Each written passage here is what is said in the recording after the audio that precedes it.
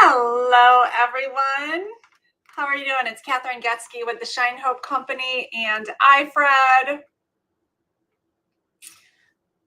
Just getting everything set. I wanted to wish you a National Month of Hope. Happy first day of National Month of Hope. It's very exciting. It's the first time we really celebrated it. So I just wanted to get on and say hello and wish you all a wonderful month ahead. We are posting daily tips and tricks for how to become more hopeful.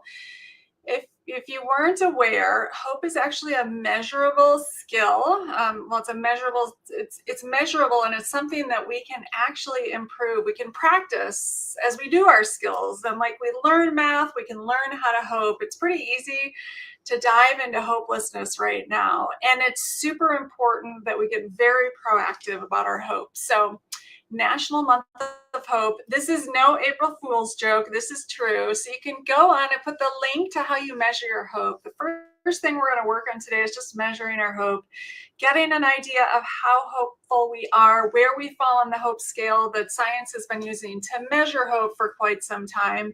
And then over the next month and the next 30 days, we're going to learn skills every day, practice habits that help us cultivate hope in our lives, that navigate the many challenges we face, get out of our emotional despair into feeling better, and out of helplessness into action, as that's really what hope is all about.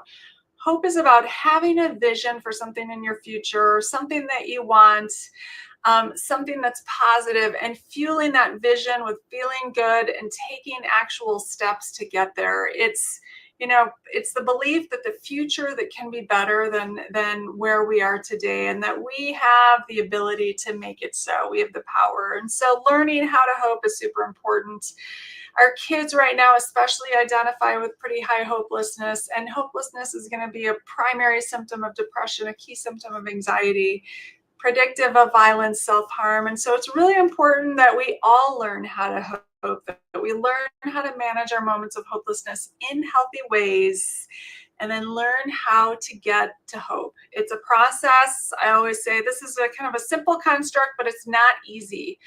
It takes work, it takes intention. Hope is a choice, and it's something we have to practice and cultivate every day of our lives. And the more challenges we have, the more we have to practice our hope skills, or as we say, the more we have to shine hope. So again, we're going to be going through over the next 30 days ways to activate and cultivate hope in your life or in your community, with your children, with your coworkers, because hope is a skill that's more fun to practice together. Learning about the upstairs and the downstairs brain, and how we can work on getting back upstairs when we're downstairs, and how to not act when we're in our downstairs brain, because that is the time we make really poor decisions. It's when we turn to things like addiction or self-harm. So anyway, I'm super excited. Just want to wish you a happy National Month of Hope and encourage you to measure your hope.